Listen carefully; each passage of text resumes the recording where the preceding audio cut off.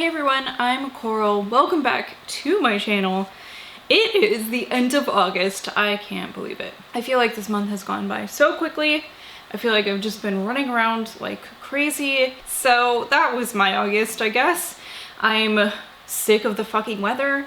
It's been like, in the hundreds for weeks. And we're not just talking like 101, we're talking like 107, 108. And it fucking sucks. It's hot as shit. My electricity bill is terrifying. I had a like stress stream the other night that our electricity bill was like $2,000. And I was like, oh, how are we gonna pay this? It was terrifying. Well, I've got some books here that I bought this month. I took advantage of the I kind of took advantage of the Barnes & Noble hardcover sale that they're doing again this year. It's like 50% off select hardcover books. I found 3 hardcover books that I wanted. I think, fuck, what does it feel like I did more? Anyways, 3. Apparently, according to the shelf right here, 3 that I found. And then like my bill came out, like they were ringing me up and I was like, oh, this is a little more expensive than I thought it would be. And I was telling Zach, like, I just don't know how am I supposed to identify which books were under this, because like I thought that all of them would be and they weren't. And I was like, how are we even supposed to know? Like, how am I supposed to know which one is 50% off and which one isn't? Because I would have just only picked 50% off books if I could tell, if I could identify which ones were that, instead of just grabbing whatever hardcovers struck my fancy. So it was a very confusing time for me until I finally was like putting this book away when we got home and was like, oh, I'm the fucking idiot. It's not Barnes & Noble. So first off, I got Cherish Farah by Bethany C. Morrow, which is, it's been a book that I've been contemplating just buying outright, which I don't really do often unless I find things at Barnes & Noble, you know.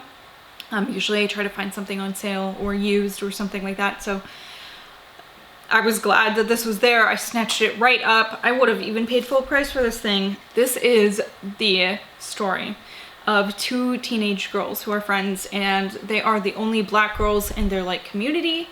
They live in a wealthier, more affluent neighborhood. One of the girls, Farah, her family is falling on harder times and she ends up, I think, staying with her friend Cherish.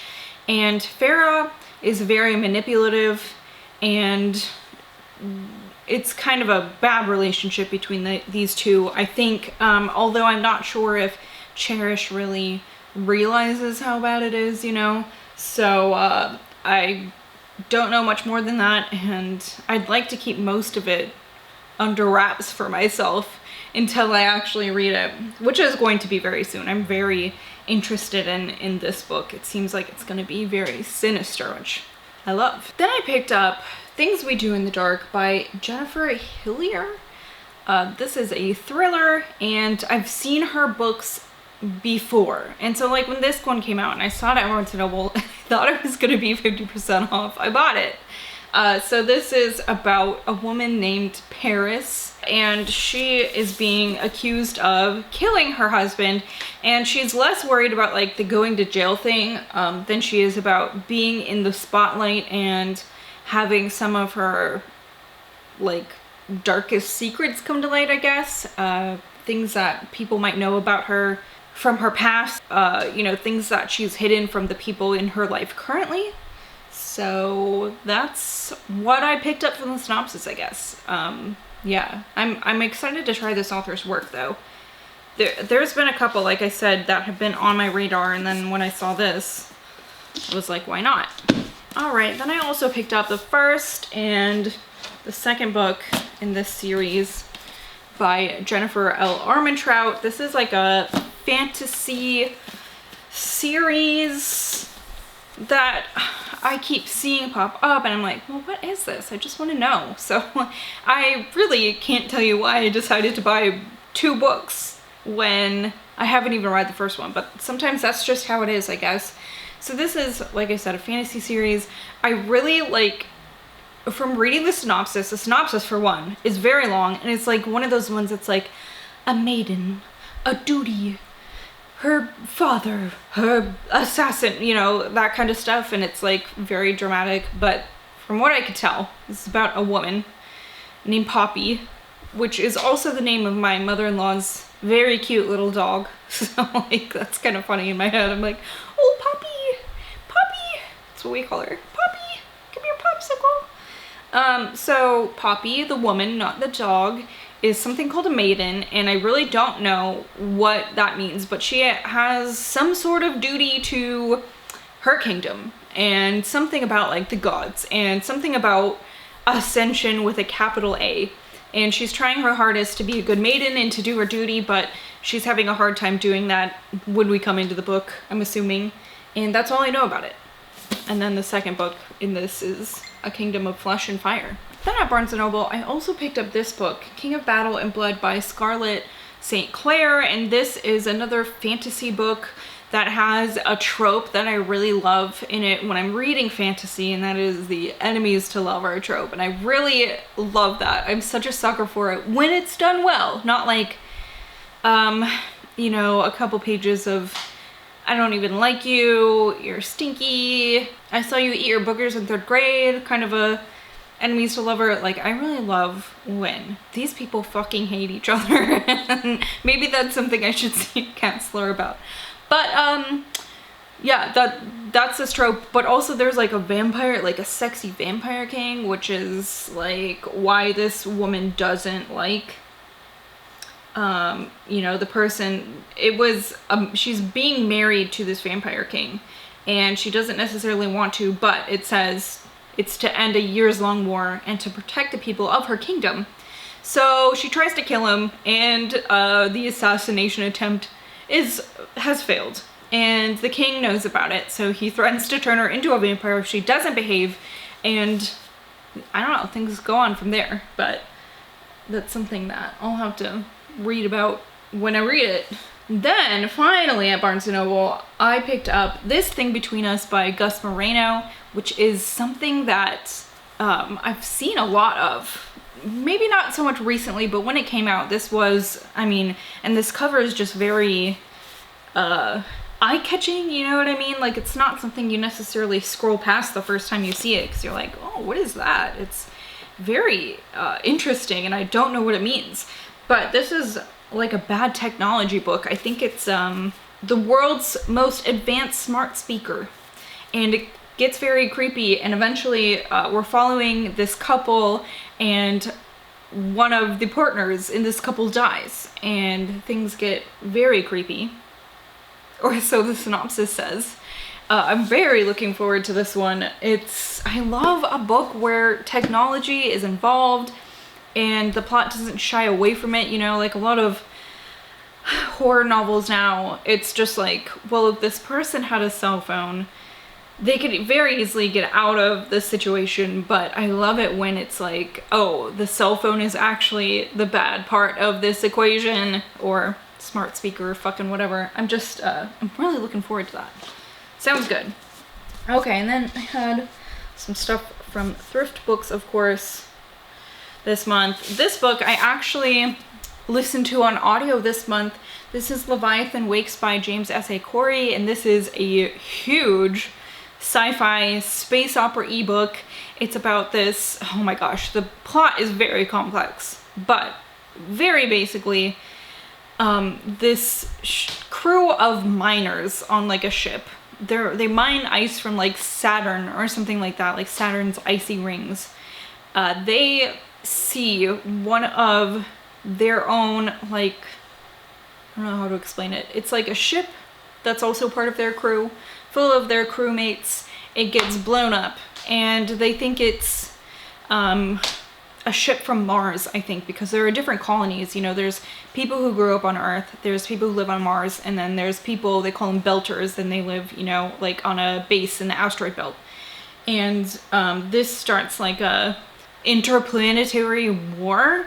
And there's something, I guess I don't want to mention it because it doesn't really say anything in the synopsis about this, but there is an aspect of this that becomes very, very interesting, at least to me, with like biological stuff,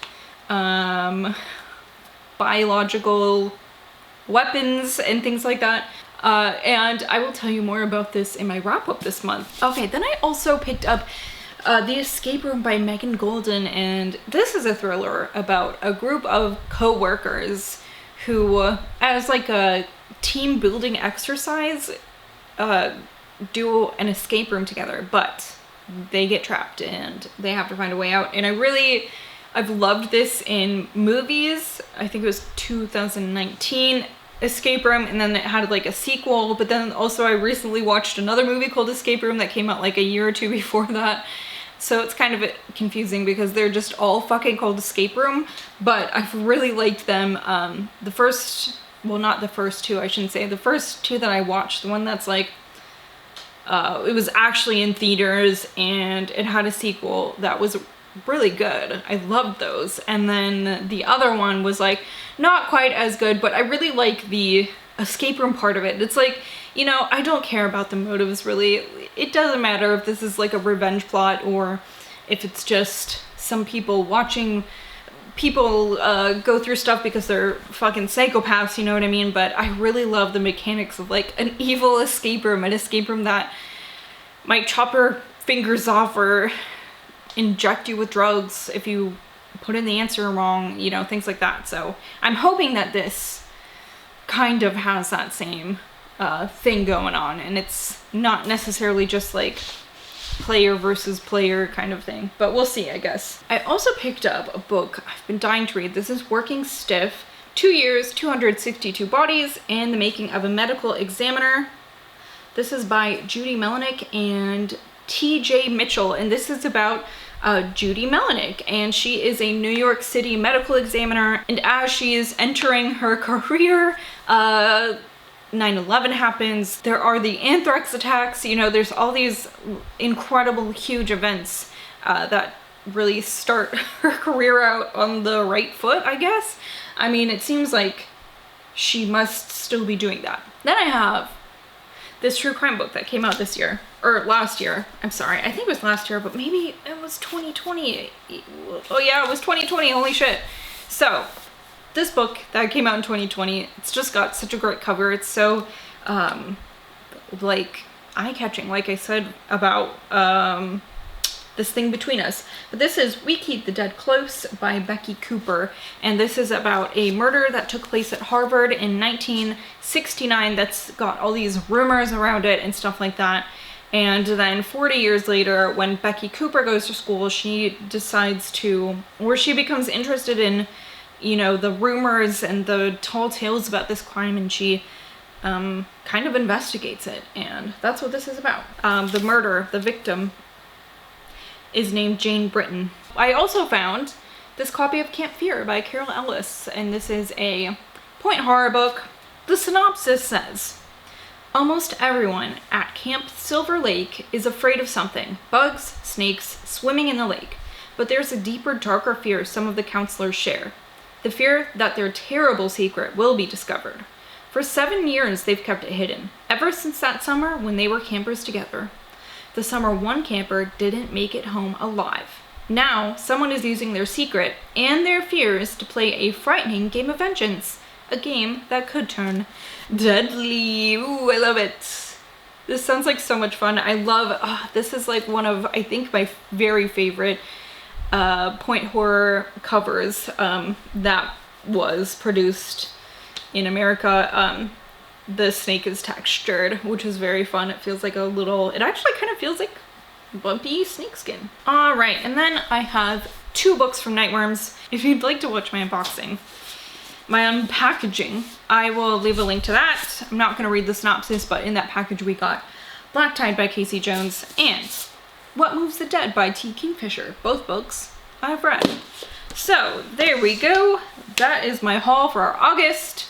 I really hope August has been treating you well. I'd love to know what you were excited to pick up this month, whether it was from a book haul, something you bought, something you rented from the library, some art you got, I don't know. Let me know. Thank you all so much for watching, and I will see you guys later. Goodbye!